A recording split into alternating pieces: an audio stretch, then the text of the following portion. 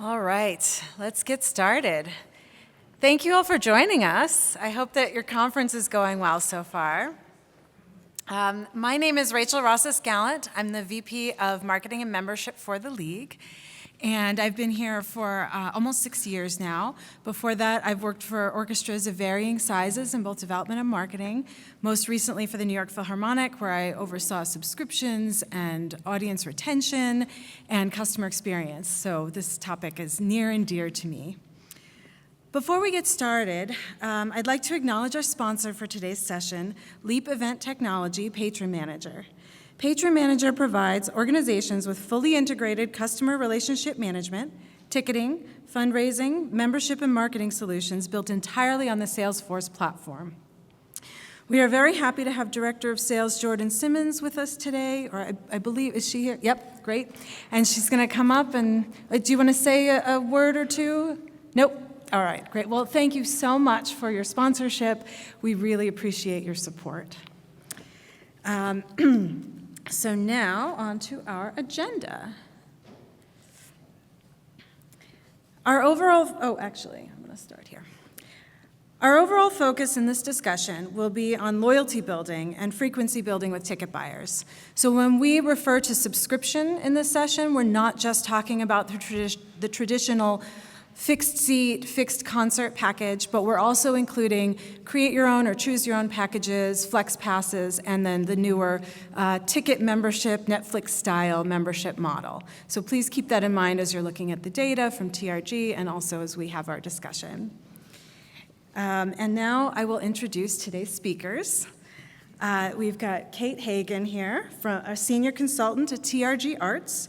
She is going to share recent data from the Arts and Culture Benchmark with us. Christina Littlejohn is Chief Executive Officer at Arkansas Symphony Orchestra. She'll be sharing a case study with us of how they launched their membership program and what they've learned from it so far. And John Odell is Patron Advancement Officer at the Cleveland Orchestra. They also sell memberships, but more recently they have launched a TCO rewards program that is engagement-based, and he'll be sharing the encouraging buyer behavior that has been coming from that program. So we'll start off today with Kate and some encouraging data we've been seeing in TRG's Arts and Culture Benchmark. Please note that this is overall trend data that is collected. So as with anything that we're looking at in the aggregate, your individual orchestra story may be different. But the benchmark is free to join and easy to join, and Kate will talk about how you can be part of that as well. Thanks, Rachel. Thanks for inviting us to be here today. So I'm here to talk about the Arts and Culture Benchmark. TRG's Arts and Culture Benchmark is a free-to-join aggregator of near real-time data from arts and cultural organizations across North America and the UK and Ireland. Today, we're going to be looking specifically at data from the United States, since most of the organizations here in the room are from that country. But if you happen to be somewhere else in the world, I would love to talk to you about your situation specifically. The Arts and Culture Benchmark allows us to look at, for this data set, 167 U.S. performing arts organizations spanning a wide range of budget sizes and genres and communities across the country. Out of those organizations, 35 are United States orchestras specifically. The group sizes are broken out here. You'll see that it certainly skews towards the largest three budget group sizes. Some of that is related to which organizations are on CRMs that we have access to. And the League is working in partnership with us to continue expanding that. So more and more orchestras, regardless of size, can participate and be able to see how you all compare to normal, which is our favorite board member question, I think, in the arts. So with that, in this analysis, I don't know how many orchestras you each have worked for, but it may not shock you to find out that your fiscal years are different and your performing models can be different. And so trying to figure out one calendar to rule them all is a near impossible task. And so what we have decided to do for this analysis is to make the years you see here reflect transactions placed from February 1st to January 31. So if you buy a subscription on January 20th of 2025, that's going to get counted as a 24-25 subscription. If you buy a membership on February 14th, 2025, it's going to count as a 25-26 subscription in this data set. As Rachel mentioned before, subscription for this data set can mean the traditional same-seat fixed series subscription. It can also encompass create your own, flexible or voucher packs, monthly ticketed memberships, yearly ticketed memberships, any other flavor of ticketed membership that you can think of or that exists among those 35 is counted in this data set under the header subscription. All right, let's get to the trends. This is the subscription revenue change in actual dollars, not adjusted dollars, from 2019-20 to 24-25 for U.S. performing arts organizations. Orchestras are there on the left. Performing arts centers are in the teal. Opera and dance companies are grouped together in blue, and theater to the right in green. So here, again, in that aggregate, you can see a big jump in performing arts center data as a number of performing arts centers shifted to a single ticket and membership model during the pandemic, and so it has boosted their revenue substantially, and they were probably underperforming pre-pandemic, I would say, just based on our work in the performing arts center sector. So it looks really good. There's some real reasons why that have to do more about 1920 than they do about 24-25. Orchestras are, though, ahead of opera companies, dance, and theater in terms of revenue in actual dollars. This is per capita revenue, so per admission. So I know subscription packages, ticket packages, memberships can vary in size and shape and form, but when we look at the actual ticket within that 6-concert package, the single ticket, one of the 6, these are the average per capitas. The green is post-COVID, so that would be 24-25. The purple is pre-COVID, what those per capita averages were. Good news is all of those green bars exceed the purple bars. The less good news here, when you adjust for inflation, pre-pandemic, orchestras were, the average subscription admission was about $46. In today's dollars, that would be about 56 and change. And post-pandemic, what we're seeing is 58. So it is ahead of the rate of inflation, but not by the margins that I'm sure all of our CFOs would like it to be. So looking at it in a broader way, revenue is up across the performing arts sector writ large for subscription by about 25%. Subscription admissions are up by 3%. So not packages, but admissions. Revenue's up. In the orchestra sector specifically, revenue's up 28%, so a couple points higher than the performing arts sector overall. Subscription admissions are up by 1%. I know that's not as big a number as we would like it to be, but I do just want to stop and say there is goodness here. In no other league event I think I've participated in since the mid-aughts, I don't know about you, Rachel, or John or Christina, has anyone ever said, we grew subscription admissions during a time period of any kind in the aggregate? So from 2019-20 to 24-25, I didn't show you all the charts, but you all can intuit there was a dip, and y'all didn't come back at full freight in 22-23. So the good news is it is trending in a direction that is positive, and it's positive in the aggregate for the first time in at least probably 20 years, if not longer. So I don't want to overstate it. It's not time to run out and celebrate in the streets. And my colleague Andrew said something about close optional in theater conference land. So I don't think we're there, but we're moving in the right direction for the first time in a long time. All right, now we're going to get to monthly trends. So looking at an entire year. Here, the bars track to the left axis and reflect the number of admissions sold by month. This is when the transactions occurred, not necessarily when they attended. The right axis, those blue and green lines track there. It's tracking revenue by month. Again, when the transactions occurred in time. Purple bars are 1920. The green bars are 24-25. The biggest shift you'll notice, again, this is all U.S. performing arts organizations. Pre-pandemic, the biggest volume in subscription sales was in that February to April time period. That's shifted back about a month in time to be more centered in March through May. Revenues are up pretty much across the board month by month. In the orchestra sector, we see a similar pattern. Again, February to April was the sort of peak months for subscriptions, memberships, loyalty sales in the pre-pandemic time. That has absolutely shifted by a full month forward, March through May and even into June. The other biggest difference here is, sorry, you have a question?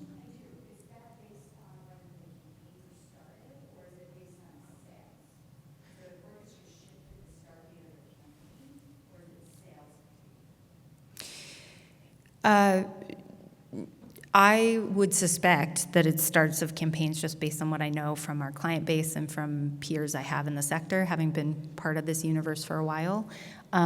Typically, the two pretty well mirror each other, that we're not seeing campaigns launch with no sales, and we're not seeing sales without a campaign having started. So that would be what I suspect is the case. Again, individual results may vary. So if you are experiencing a campaign launch and not sales after, we should talk.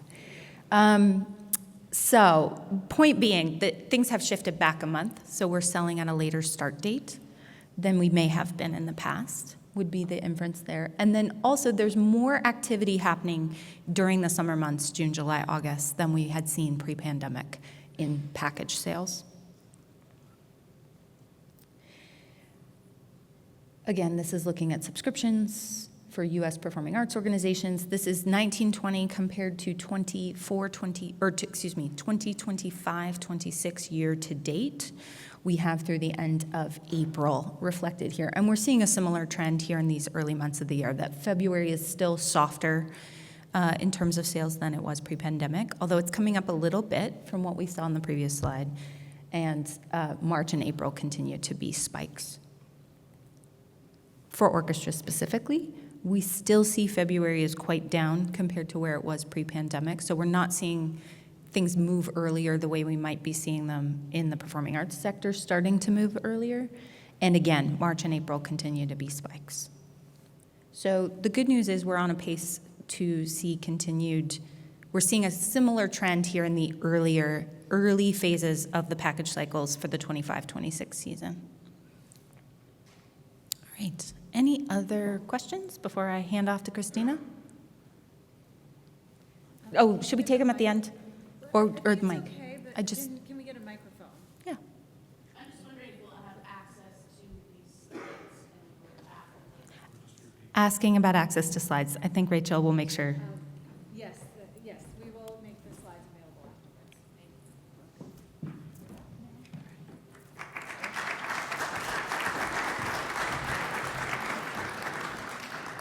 Thank you, Kate. And thank you all so much for being here today. I'm excited because I get to talk about the Arkansas Symphony Orchestra and concert membership. The Arkansas Symphony Orchestra is anchored in our community, artistically innovative, and committed to sustainability. And concert membership allows us to achieve all of these goals.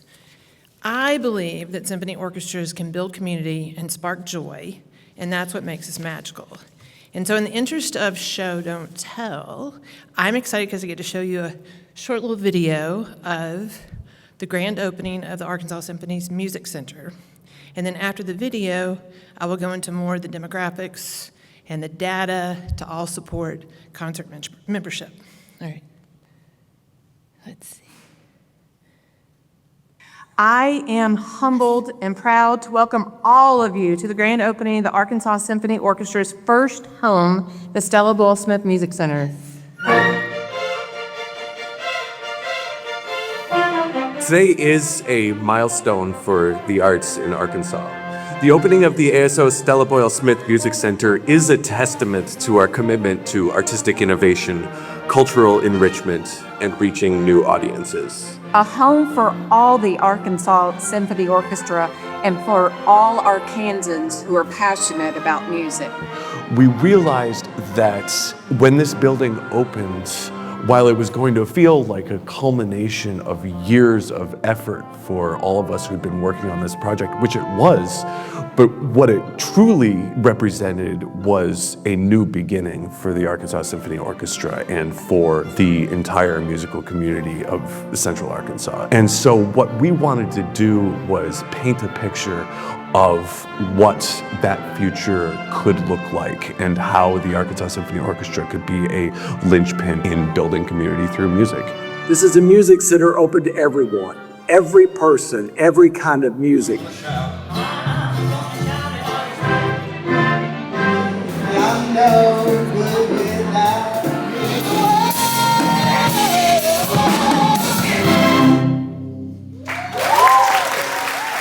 We aspire to be a radically welcoming hub of musical activity for all Arkansans. We want people, when they walk through our doors, whether it's this door or anytime we perform, to feel that they belong, because everyone does belong. Classical music or symphonic music, it's for everybody. Music has the power to connect us. It's a space where people of various backgrounds, cultures, tastes, and ages will feel at home, respected, and relevant. It's a place where children and adults unfamiliar with the orchestra can come and get a first-hand, up-close and personal introduction to the symphony. A place where we can enjoy music together. Here we will achieve a deeper understanding of our collective humanity through the power of music. Music is the most emotionally powerful of the arts, and that gives orchestras an opportunity to uplift not just those who already love classical music, but those who don't yet know they need it in their lives, and also the young people whose life journeys will be sustained and transformed by it. It's not just a building, it's a vibrant community that nurtures talent, inspires passion, and transforms lives by opening doors to new opportunities, empowering students to pursue their aspirations and realize their full potential. This music center is a tangible manifestation of ASO's commitment to community, where people are united by our love for music and our humanity, and strengthened by our diversity of perspectives and experiences. A place where musical harmony will most assuredly lead to increased community harmony. A place where everyone who walks through that door will feel they belong.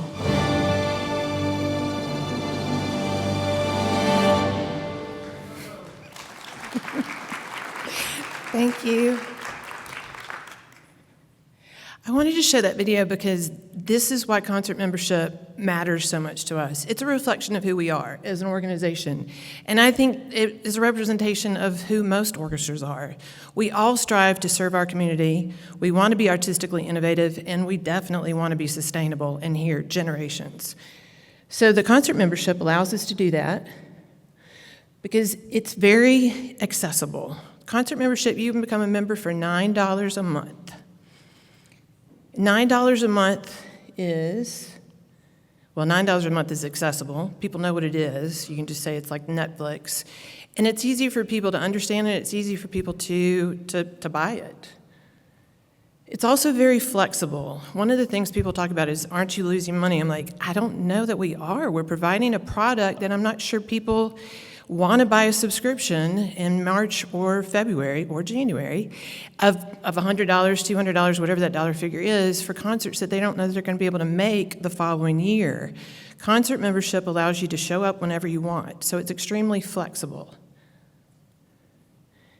The last couple of years, this has been our membership growth. So we have over 1,000, close to 1,100 members. Who are they? I love this photo because for me, it's like, it's about building community. And I'm like, look at that one guy. He's like, what is happening around me? So our concert members are, this year, we have 520 household members. So for $9 a month is one person. If it's a household, it's $18 a month. And so what was fascinating to me on this one, we've been doing our membership for a while, so out of that 520, 322 are existing members. The other thing about membership is it's $9 a month, and it's just like Netflix. You have to opt out, so nobody's ever opting in, so they're just there until they call you up and cancel their membership. What's interesting over here that I was curious about was that new to file 105 households. Those 105 households that didn't become single ticket buyers for their first entrance into Arkansas Symphony, they became members, which means I now no longer have to sell them their second or their third single ticket. And the attrition on the single tickets is really high. But if we can have more people that just come in as members, then I'm not having to resell them a single ticket. Lapsed subscriber, this is one thing that gets brought up all the time. Does it cannibalize subscribers? We've been doing this since 2017. Our data shows that at the very most, we have a 2% cannibalization of subscribers. And that 2%, our hunch is that they probably would have just left us anyway, and they became members because it was flexible. Membership demographics. Again, our job is to support our community and have people from the community come to our concerts. So you can see this is from membership. We have a much younger group coming to that are members than we have as subscribers. That's our subscriber membership. Age. Race, it's interesting. Race, and I'll show you income, is actually very similar for our subscribers and our members. The income demographics were really interesting to me in that close to 45% of our members are earning less than $100,000. The other thing that was interesting on this one for us was people just assumed that people were buying membership because they were cheap. Memberships were cheap, not that people were cheap, but the memberships were cheap, and that it was more of an income-based decision, but that's not actually true. You can see here, flexibility is just as important as the price point. This one is real important to me, the artistic innovation. The membership subscriptions, one of the beautiful things about subscriptions is that you don't have to sell single tickets. Like when you're working with your music director, you don't have to say every concert has to have Tchaikovsky or Beethoven or Pines or Carmina.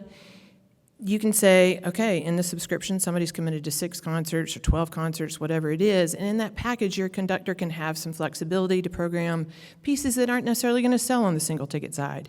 And you can push your orchestra and provide some more flexibility on the composers.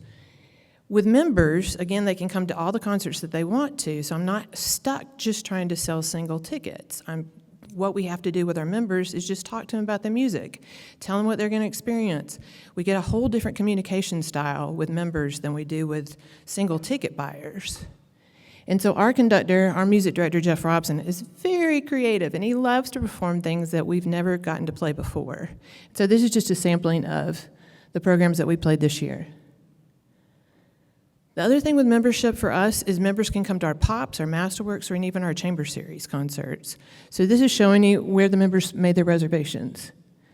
Again, what's interesting for us, the concerts that had the highest member reservations were more on our classical side, our Masterworks side, which is Beethoven and Blue Jeans was #1, and then closely followed by Fairies and Flowers, which was Mendelssohn and Purcell and something else, an oboe piece. And that was #2 in our highest attendance for membership reservations. So the members are filling the houses. And full houses mean a happy orchestra. And all these photos are from us. I didn't make them up.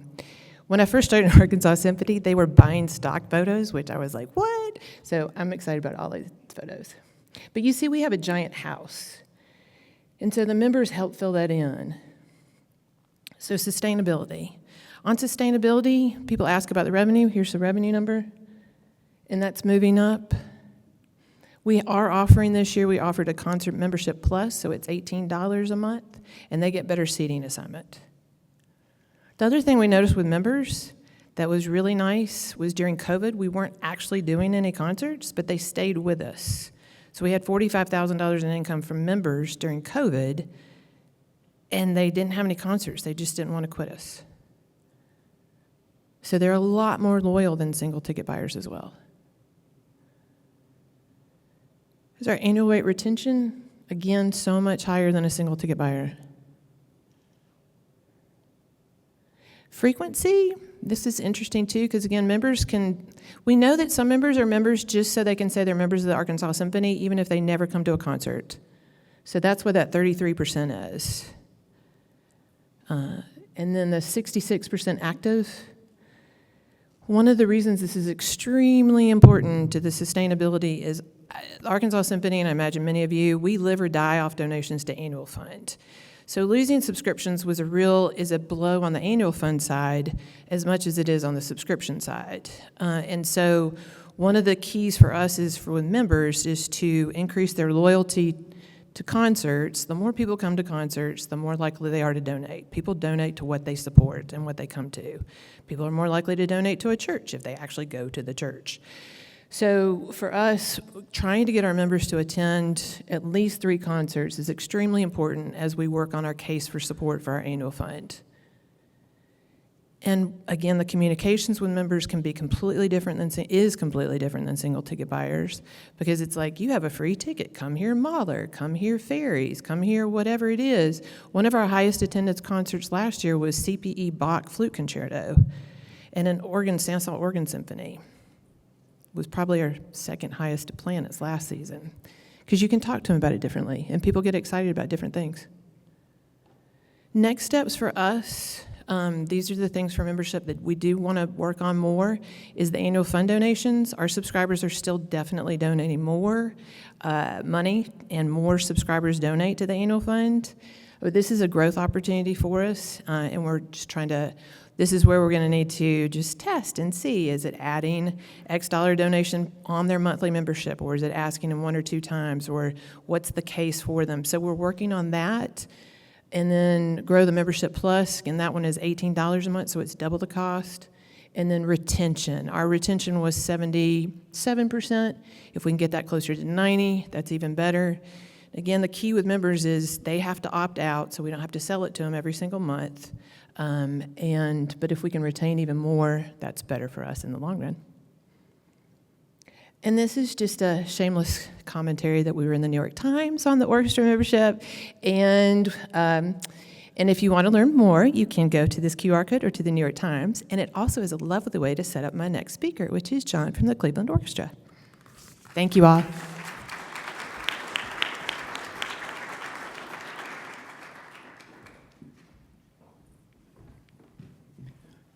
Hello. Let me get... So I'm going to talk to you about our rewards program, which we launched just over 2.5 years ago. But I thought before we get into the weeds on the rewards program, I wanted to give you a little bit of background about what's led us to this point, and then talk about how rewards fits into our loyalty strategy. A lot of people talk about rewards program as a loyalty program. I refuse to call it a loyalty program. It's a piece of our loyalty program. And then we'll get into some of the results from the program. As kind of background, not that long ago, the Cleveland Orchestra was sold out on subscription. I say not that long ago, by that I mean in my lifetime. Some of you might disagree with that. But that is certainly not the case. I think, as you saw from TRG's numbers mentioned, it's we're in a fight out there. But on the good side, we're serving more households, I think, than we ever have as an organization. So really, the focus on retention and frequency is really critical. And so, just for context, you can predict 80% of ticket sale, Group 1 orchestra ticket sales based on the educated population within a 50-mile radius of the venue. In Cleveland, we sell way more than would be expected for the size of our market. So that's really good news, but it also means there's a limited opportunity probably to increase that number. We also live in a market that's not really growing. We all know from the NEA participation studies that the rate of participation in live classical music has gone from about 13% down to less than 5%.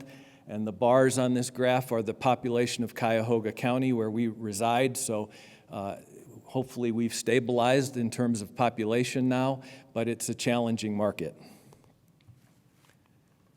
And the pandemic is over, and I know we're recovering from the pandemic, but there are behavioral changes that are still linger.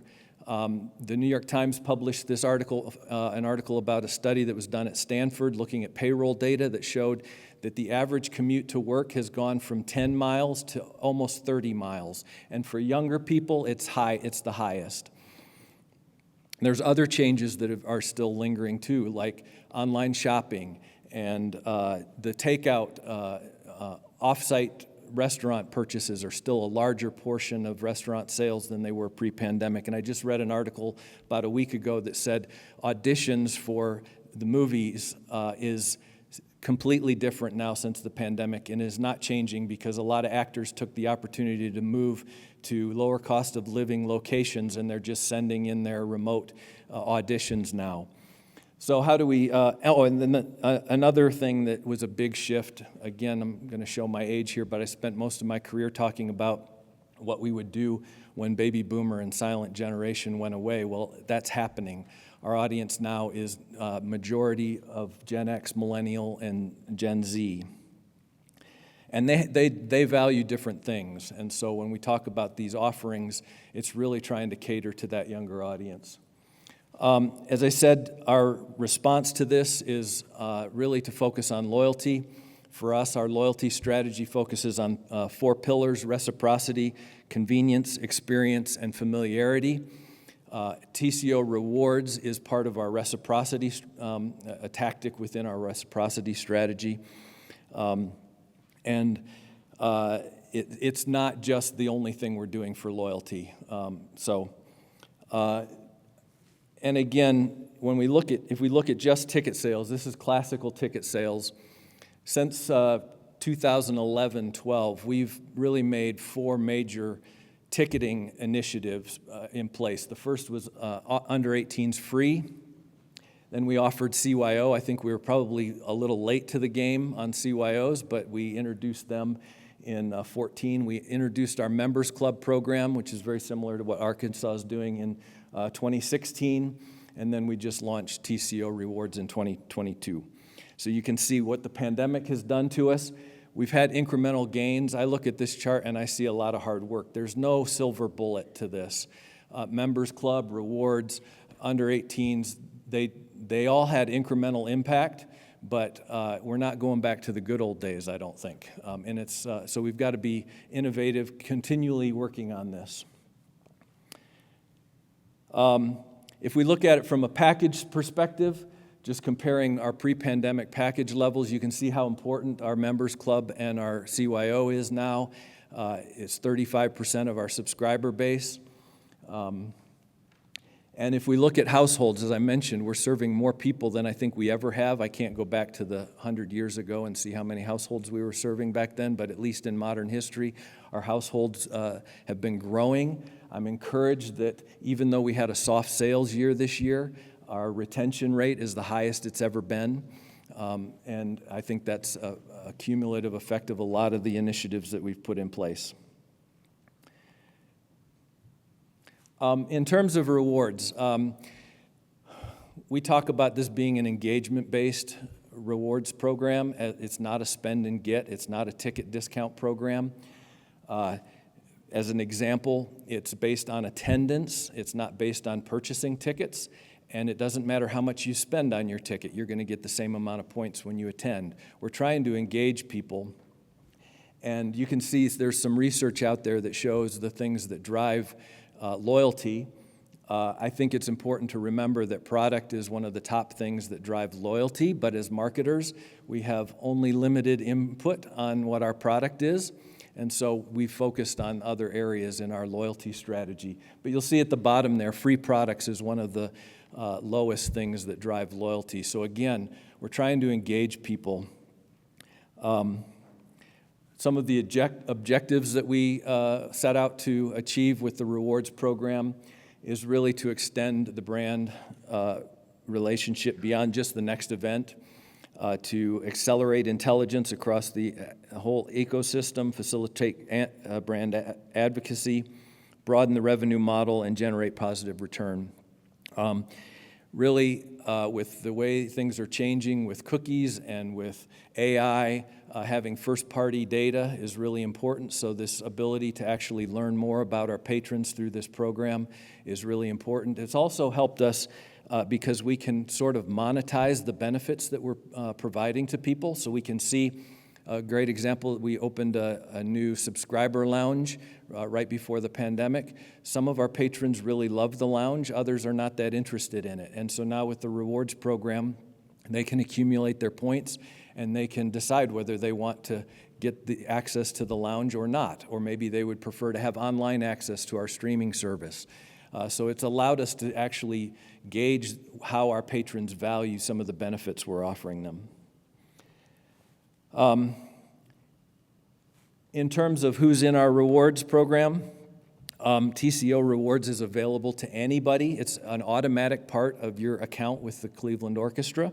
So we have a lot of people involved in it, but it's dominated by single ticket households, which is encouraging to me because I didn't really want to launch a program that was just going to cater to people that were already really loyal to us. So you can see that about 30% of our fixed seat subscribers are engaged in the rewards program. Only 13% of our single ticket households are engaged in the program, but the volume of the single ticket households that we're able to engage with is almost double what our subscriber base is. And if we look at age for the rewards program, you can see here millennials and Gen Z. The dark blue is those that are already active in the program, and the middle blue is those that are interested in the program. The light blue is not really interested. And the younger the audience, the more likely they are to be engaged and interested in the rewards program. So we're encouraged by that. Another thing that's been really helpful is we are able to segment our database by their engagement level with the rewards program, and you can see that if you're redeeming points in the program, you're more than twice as likely as somebody who's not in the program at all to respond to one of our direct mail pieces, for example. In terms of the results, we're growing. It's exciting. We're approaching 10,000 households now that are active in the program. We define active as they've actually gone into their account and done some activity related to the rewards program. We have a ton of people who are passive. So if you create an account with us and you're technically enrolled in the rewards program, you get 100 bonus points as a welcome. You attend your first concert. When you scan your ticket, you get points for attending that concert, but you may never do anything with the rewards program after that. So we consider you passive at that point, and they're not included in this. So these are people that are actively engaging with the program. In terms of what people are, in terms of redemptions, we're encouraged that both the amount of points that are redeemed and the number of redemptions that are occurring is growing. It's up 44% this year over last year. And the types of rewards that they're redeeming, this gives you a sense of the kind of things that we're offering. We do sweepstakes. Sweepstakes can be anything from seats to a special box seats to a special concert, merchandise.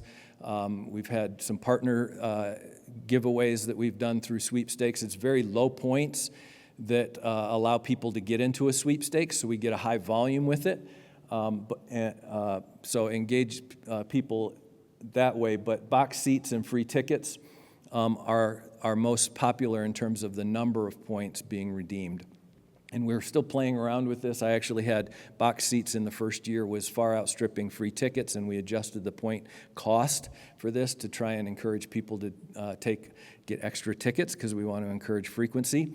And we may adjust that some more. But this is part of the learning curve here with this program. In terms of the things that people earn points for, we're, again, still learning on this front, too, but we've had a lot of people watching videos about the music. We have a series called Behind the Music, and it just gives you a little insight into some of the upcoming concerts we're doing, and that's the blue on the top there. And then the other thing that's been encouraging is the green, which is the user input. That is questions, surveys, feedback that we ask people. We award them points if they'll respond to that. And a lot of the other videos that people are watching are related to the user input because they can get all the answers for a quiz about the Severance Hall, for example, by watching videos. So it's really engaging people that way, and we're encouraged by that. In terms of retention,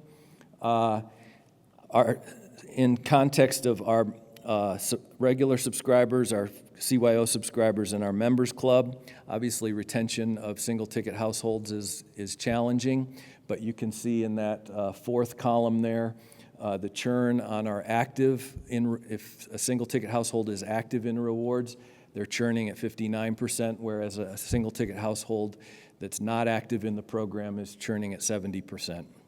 So we're hanging on to people to about 11% better retention.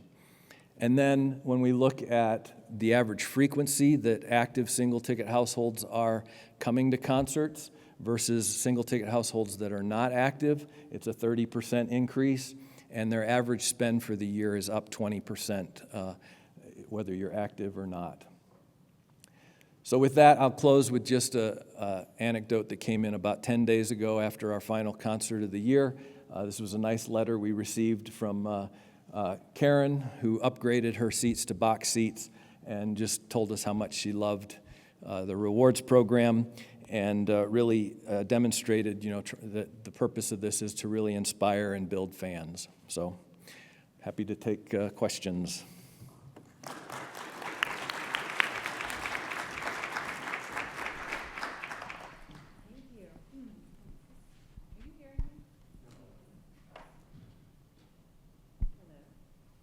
So thank you so much for sharing about your programs and for sharing about the data. Before we open up to participant questions, I have a few questions of my own. John and Christina, I wanted to ask both of you, as you were implementing your programs, what surprised you the most and what were the biggest challenges that you ran into? I think for us, one of the biggest surprises was that it did not cannibalize subscribers at all. And then one of the other surprises that I found was that data that showed that people, because we know that people want to date before they get married, right? But I was surprised at how many people became members immediately with the Arkansas Symphony. They looked at our ticket prices for single tickets and they're like, okay, I can go ahead and become a member and get them all for $9 a month. And so those were our two big surprises. And then, sorry, what was the other question? Oh, just any challenges that came up. Challenges. I really think the biggest challenge for us is, well, we have two, but one of the big challenges getting started was just the fear that it was going to cannibalize subscribers. And it was like, oh, we're just afraid of this because it's a lower price point. And what if people move from their $500 subscription to their $9 membership? And I think it was just the fear that we had to get over and just like, okay. And then so we actually started the program in 2017 and didn't really lean into it till 23. Because post-COVID, it was like, oh my gosh, we're already losing our subscribers so much, we just got to go for it. And then it was like, oh wow, why didn't we do this so much earlier? And then the other big challenge is still, our biggest challenge right now is really going to be figuring out how to get our active and very active members to become donors to the annual fund. I would kind of echo that. I think I was concerned with rewards that all our subscribers would just flock into this program and kind of overwhelm it, and we'd be spending money on a program that was just serving people that we had already been really taking care of. The biggest challenge, I think, for us on both our members club and rewards has been technological. It's not an easy lift to do these things when your systems are not, our business is built around fixed seat subscriptions and selling single tickets, and when we start trying to do things differently, it's not easy to kind of make that transition sometimes. What were some of the, what did you need to support it on the tech side? What were some of the customizations you had to do, or? Well, we're using a solution that's completely separate and trying to integrate it with Tessitura so that it has visibility within the organization. So for example, we now have point balances that are available in Tessitura, but people call the box office. There's nothing the box office can really do to help people with the rewards program. Just because it's not really native to our CRM system. And I think we use Spectrix. We don't use Testera, we use Spectrix. And so our members get a code, and so it shows up as a comp in our system, but they have a code to be able to get their tickets. And I think another challenge that we're still always working with is how do we keep those credit cards? Because our number one reason why people stop being members is their credit card expires, and we got to get their new credit card number. Makes sense. Yeah, we're on Tessitura, and it doesn't have recurring payments yet. If anybody here is from Tessitura, please help. It's been on the roadmap, I know, for quite some time, but we had to use Stripe and then try and integrate that back into Tessitura. And Kate, in the data, is there anything that you've found surprising as you're looking at current trends? I think overall it's surprising to me that despite the fact that frequency is growing, and there are organizations like the two sitting beside me who are seeing it maintain or grow, when I talk to people, or when people talk to us at conferences like this, I hear a lot of pessimism about frequency and engagement. And so I just, in good TRG fashion, we believe data over our gut. And so I just would be really curious about, for everybody, like how much is our thinking or fear that things are going to keep shrinking resulting in things shrinking, right? Versus letting go of the fear and saying, let's follow what the data is indicating, which is that there is potential there, and what might we unlock if we were to pursue that? Now, what about for our smaller orchestras that don't necessarily have enough inventory to be able to sell a monthly membership? What ideas or advice or suggestions might you have for an orchestra like that wants to get creative about encouraging frequency but might only have 4 programs a year? Well, I would say if you compare our program to Arkansas's, we have over 100 concerts a year that people are eligible in Members Club to be part of. We charge $29 a month instead of the $9, so it can be scaled. I don't know if 4, you have to really customize it for your organization and what makes sense, but our programs, we've gotten very similar results to them. It operates very similarly, but obviously it's because of the number of concerts we're doing versus them, it's, we've scaled it differently. Right. Well, and I would say also it's the concert venue size. So I think if I had a 1,300 seat hall, I don't know that I would need the membership, right? Because we have about 1,300 subscribers. So I think the size of the hall also matters. So if you are 4 concerts, then you have, anyway, so I think that's a part of it too, in terms of scale. I think regardless of your size, think about what frequency could look like for you and what recency could look like for you. That could be, if you're doing one event a year, that might just be that every year you're renewing that single ticket buyer from last year. That could be a form of frequency. It could be, I watch videos and I engage with them and I come to concerts. So I think getting a little, stepping back from, I have to copy, no, I don't mean that in a pejorative way, but like, we often get in that mindset of, well, I have to do what another orchestra did or nobody's going to believe it. I think getting thoughtful about what would be the right frequency for us and doing some tests. Like, what did you say, John? It's a pilot program forever? No, there's a social services leader in the town I live in that started a program, and he said, when you don't know what you're doing, call it a pilot. So I said, I haven't known what I'm doing for 20 years, so it's been a 20-year pilot.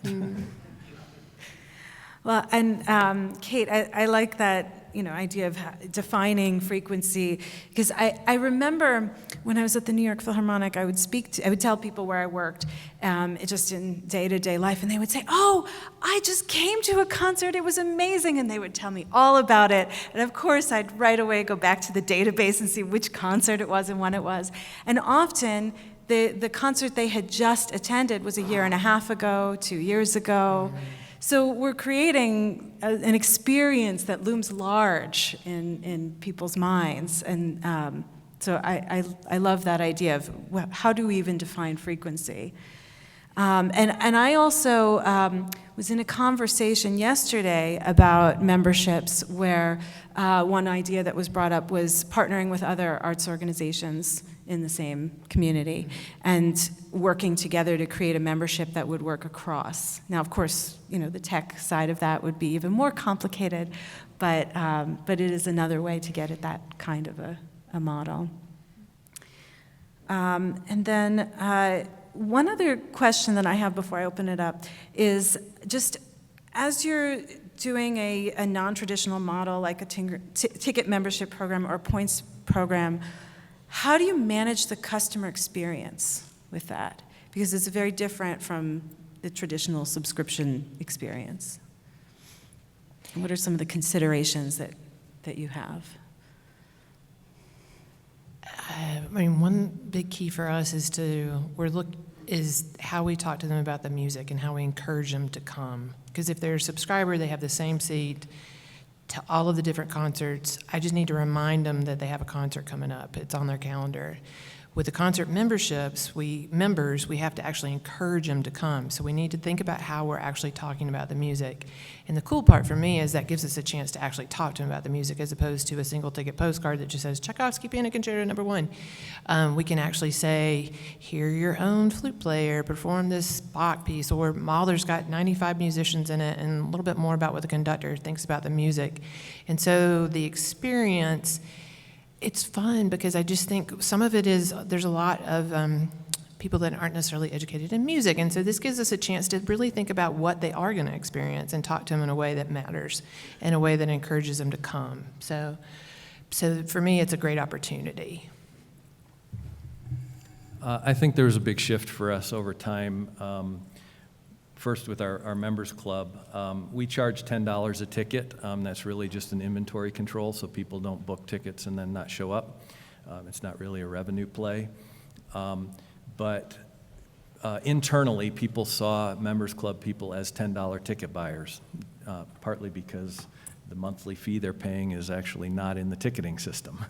And so they treated them as such. They're like, these people aren't worth anything. But the fact of the matter is our members club people pay more than 59% of our fixed seat subscribers do. And so we've had to really work to get everybody internally to recognize that these are subscribers, and we offering them subscriber benefits just like any other subscriber. And so that it's taken some time to kind of get people to wrap their minds around that. On the rewards side, it's all an online program, so the customer service, you can't engage with our rewards program if you can't interact with a computer. And we do have some customers that's a real challenge for, but the rewards program, frankly, isn't really for them. Having worked with clients, Arkansas Symphony is one of them, but we have others across the sector with different models.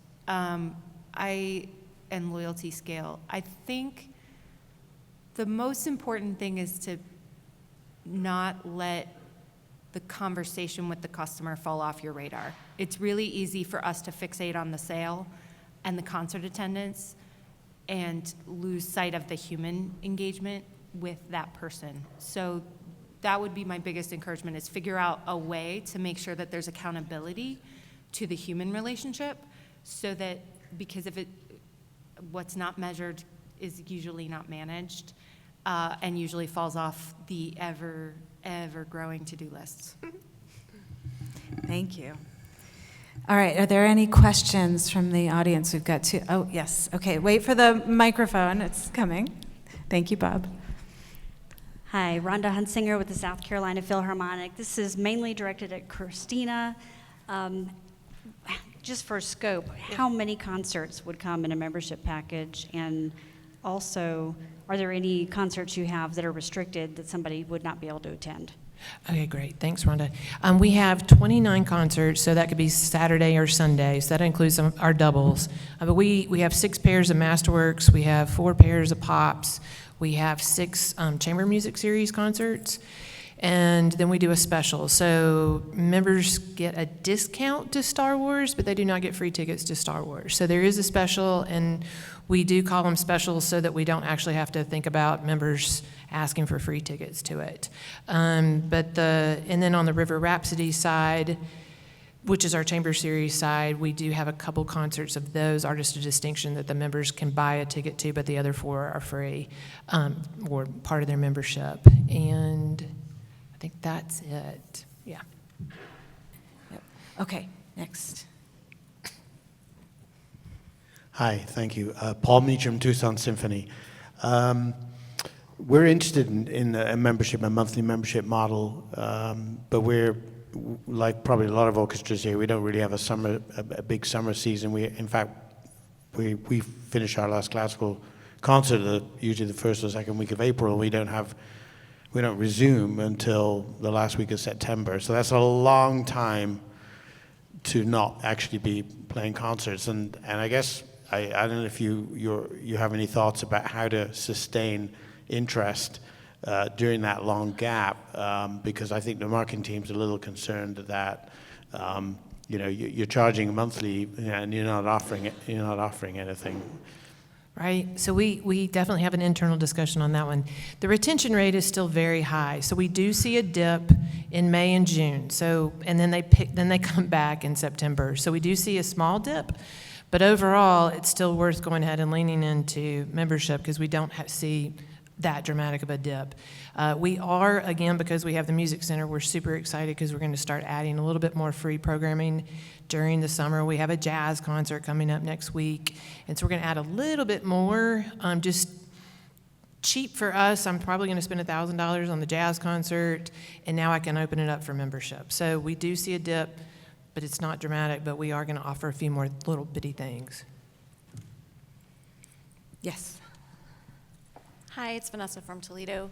First part of my question is for you, Christina, and then the second part is for both of you.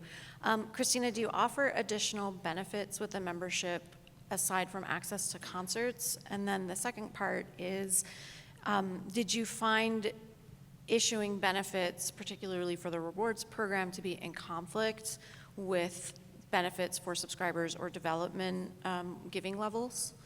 And how did you work through that with your development teams? That's a great question. One thing that we do anytime we do anything for members, we also do it for subscribers and members, because subscribers are still our gold.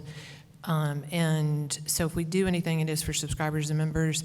We haven't done a whole lot, but again, with our Music Center, we're going to start doing more things for more meetings with the musicians, more behind-the-scenes opportunities for our members and subscribers this year. Yeah, similar. We, members get all the same benefits as a regular subscriber. There's no difference. And on rewards, we focus on things that are not in person, whereas our fundraising team is doing more in-person things like dress rehearsals and private meet and greets and things like that. We haven't really put that in the mix with our rewards program. We have talked about how at some point we could incorporate P&A benefits into a rewards program, and they're just starting to tap into how they can use rewards results to actually increase donations using some of the segmentation that we talked about. Hi, I've got kind of a two-part question. On the memberships, if you are doing, let's say, a chamber concert and it's going to be a sellout, how do you handle if a member wants to get a ticket to that? And are they guaranteed tickets to concerts even if something's a sellout? Or how do you manage that? And then for the rewards program, how did you go about by determining how many points a reward is worth and how many points they accrue, and if that seems balanced? And I'm sure it's a moving target as time goes on, but like, how did you guys go about by determining that on the onset? Okay, the Chamber Series, that's a great question, falls into our fail forward category. We've learned that our members did reserve quite a few seats, and I think they were reserving at least a third of the availability in the Chamber Series, if not more than that. So we were sold out for years, and then they wouldn't necessarily come. So our fail forward was now there's a window of time So now they can't reserve it until, I think, 4 weeks before the Chamber Series.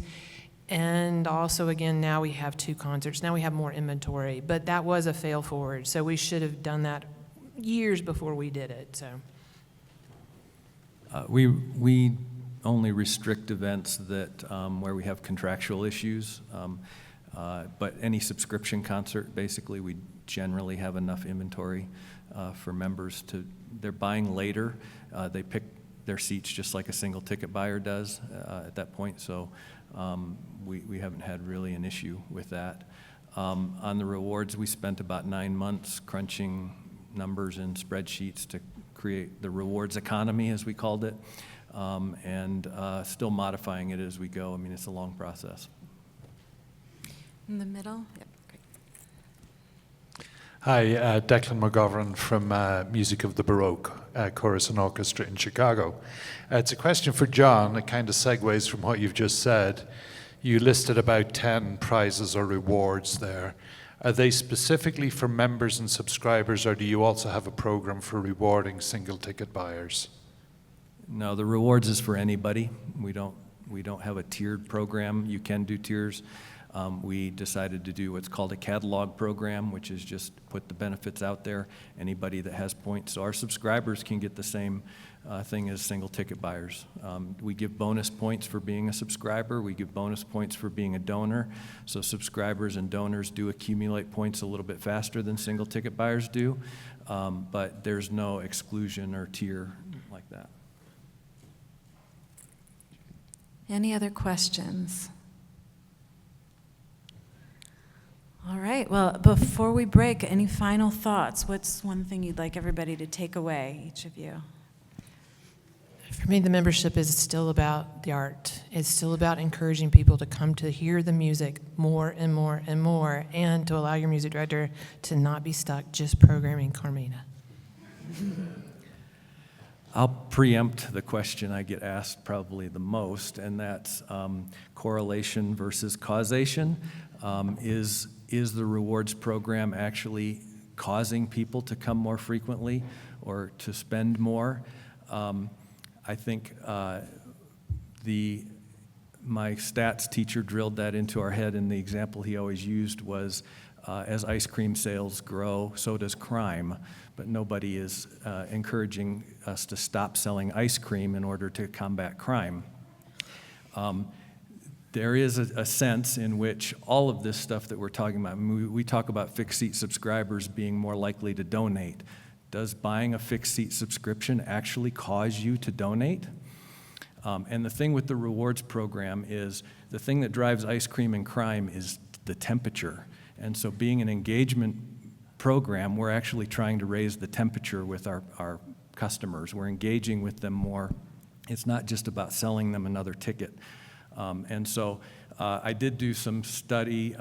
When we started the program, it was easier to do than it is now, but I could look at patrons who were patrons before the program existed and patrons who were in or not in the program after it was launched. And we did see an increase in people who they spent more after they were in the program than people who were patrons before and were not part of the program after. So I can't say with academic certainty that the rewards program actually causes people to come more frequently and spend more, but I feel pretty good about the results we're getting.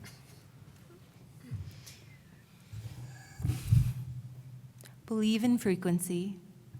Believe that we can connect audiences to our work and to the work of our artists especially, and be willing to think outside the box about what that means.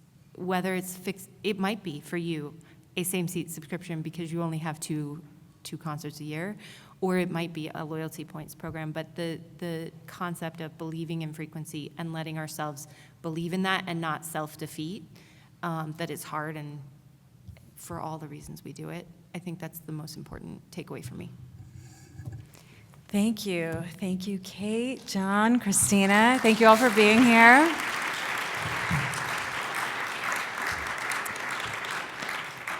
And now it's time for lunch, so enjoy your lunch. Take care. Thank you, guys. Thank you.